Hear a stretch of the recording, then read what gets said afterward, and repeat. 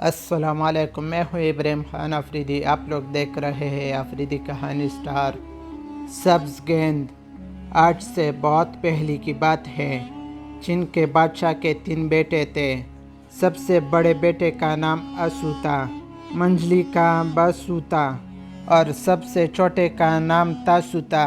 ایک دن اس بادشاہ کے پاس کسی دوسرے ملک کے بادشاہ کا قاصد خط لے کر آیا، جس میں لکھا تھا کہ اب اپنے تینوں بیٹوں کو کچھ دنوں کے لیے میرے یہاں بھیج دیں۔ میری اکلوتی بیٹی کاسو ان تینوں شہزادوں میں سے جسے پسند کرے گی، اس کے ساتھ شہزادی کاسو کی شادی رچا دی جائے گی۔ دوسرے دن چین کے بادشاہ نے اپنے تینوں بیٹوں کو اپنے پاس بلایا اور ان کو اس خط کے بارے میں تفصیل سے بتایا۔ پھر ان تینوں کو کچھ ہدایات دے کر ایک بڑے لو لشکر کے ساتھ اس بادشاہ کے ملک کی طرف روانہ کر دیا۔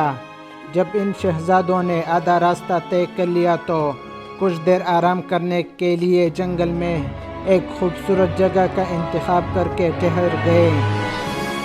یہ دن بڑا سہانا تھا، ٹھنڈے ٹھنڈے ہوائیں چل رہے تھے، ہر طرف سبز بکھرا ہوا تھا، پرندے اپنے اپنے بولیوں میں چہچہا رہے تھے، چڑیوں کی گیت سن سن کر درخت جھوم رہے تھے، میٹھے پانی کے چشمے جاری تھے، ہرن چوکڑیاں بھرتے ادھر ادھر بھاگ دوڑ رہے تھے، بندر اس خوشگوار موسم سے لطف اٹھا رہے تھے اور خوش ہو کر ایک درخت سے دوسرے درخت پر گلہ بازیاں کر رہے تھے۔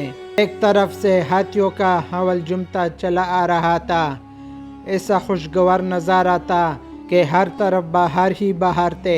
تینوں بھائی اس پر بہار موسم سے اور زیادہ لطف اندوز ہونا چاہتے تھے۔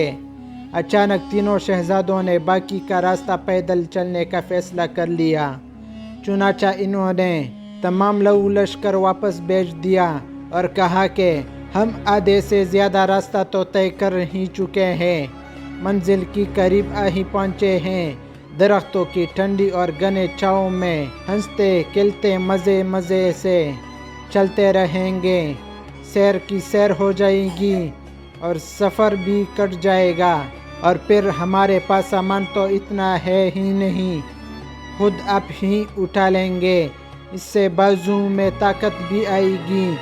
یہ سب کچھ سوچ کر تینوں شہزادوں نے اپنا لو لشکر اور گھوڑے واپس بھیج دیے اور خود اپنا اپنا سامان اٹھا کر مزے مزے سے ہنستے گاتے اپنے منزل کی طرف چل دیے۔ لیکن ابھی وہ تینوں تھوڑے ہی دور گئے تھے کہ شہزادہ اسو اور شہزادہ باسو نے اپنا اپنا سامان بھی اپنے چھوٹے بھائی شہزادہ تاسو کے حوالے کرتے ہوئے کہا، تاسو میاں، جب تم تک جاؤ گے تو بتا دینا، پھر یہ سارا سامان ہم اٹھا لیں گے۔ یہ کہہ کر دونوں بڑے بھائی جلدی جلدی چلنے لگے، لیکن بیچارہ تاسو بوجھ کے وجہ سے ان سے بہت پیچھے رہ گیا۔ شہزادہ اسو اور باسو آگے آگے جا رہے تھے، انہیں راستے میں ایک خرگوش ملا۔ خرگوش نے ان دونوں سے التجا کی کہ میرے بل میں ایک پتھر گر گیا ہے، اسے نکال دیجیے۔ دونوں شہزادوں نے خرگوش کی بات سن کر ایک زوردار کہکا لگایا اور پتھر کو بل کی اور بھی اندر کر دیا اور ہنستے ہوئے آگے چل دیے۔ جب شہزادہ تاسو سامان اٹھائے اس خرگوش کے پاس سے گزرا تو خرگوش نے اس سے بھی یہی التجا کی کہ میرے بل میں سے پتھر نکال دو تاکہ میں آزاد ہو سکوں۔ شہزادہ تاسو بڑا رحم دل تھا، اس نے سامان کو زمین پر رکھ دیا اور جھک کر بل میں سے پتھر باہر نکال دیا۔ اس طرح خرگوش آزاد ہو گیا۔ خرگوش خوش ہو کر کہنے لگا، میاں تاسو، سبز گیند اٹھانا۔ یہ کہہ کر خرگوش جھاڑیوں کی طرف بھاگ گیا اور نظروں سے اوجھل ہو گیا۔ دوسرے دن جب تینوں شہزادے شہزادی کاسو کے شہر میں پہنچے تو ان کے بہت شاندار استقبال کیا گیا اور ان کو ایک جلوس کی شکل میں محل میں لے جایا گیا۔ ان کی بہت خاطر مدارت کی گئی۔ پھر شہزادی نے ان سے کہا، یہ 3 رنگین گیندیں ہیں، تم تینوں ایک ایک گیند اٹھا لو۔ شہر سے باہر ایک بہت بڑا میدان ہے، وہاں جا کر تم نے ان گیندوں کو پھینکنا ہے، جس کے گیند سب سے دور جا کر گرے گی میں اس کے ساتھ شادی کروں گی۔ اس وقت شہزادہ تاسو کو خرگوش کی بات یاد آ گئی کہ تاسو میاں سبز گیند اٹھانا۔ دل ہی دل میں وہ حیران تھا، اللہ جانے کیا ماجرا ہے، مگر اس نے سبز گیند اٹھا لیا۔ باسو نے سیاہ اور اسو نے سرخ گیند لے لی۔ گیندیں لے کر تینوں شہزادے ایک کھلے میدان میں پہنچے جہاں پر لمبے لمبے گھاس اگی ہوئی تھی۔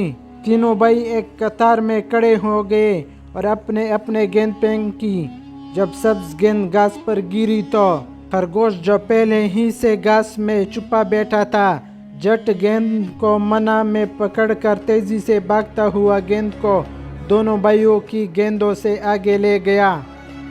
چنانچہ شہزادہ تاسو کی گیند سب سے آگے گئی تھی، اس لیے شہزادہ تاسو کی شادی شہزادی کاسو کے ساتھ ہو گئی اور دونوں ہنسی خوشی محل میں رہنے لگے۔